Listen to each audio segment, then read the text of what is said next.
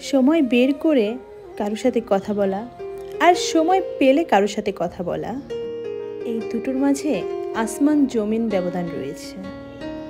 সময় পেলে কারোর সাথে টাইম পাস করা যেতেই পারে, কিন্তু নিজের মূল্যবান সময় বের করে কারো খোঁজখবর নেওয়ার মধ্যে অসামান্য গুরুত্ব রয়েছে।